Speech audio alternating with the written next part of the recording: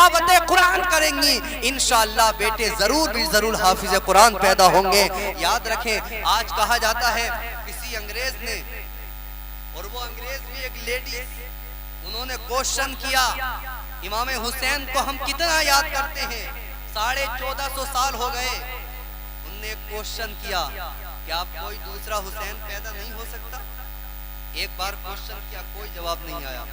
दोबारा फिर क्वेश्चन किया, क्या अब दुनिया में कोई दूसरा हुसैन नहीं आ सकता? जवाब नहीं आया, कोई आंसर नहीं।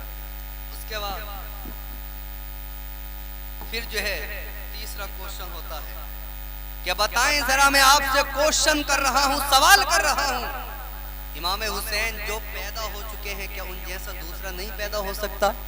एक बुजुर्ग खड़े हुए, खड़े होने के बाद कहा, हमें क्यों शर्मिंदा कर रहे हो, हमें क्यों नादिमो पेशमा कर रहे हो?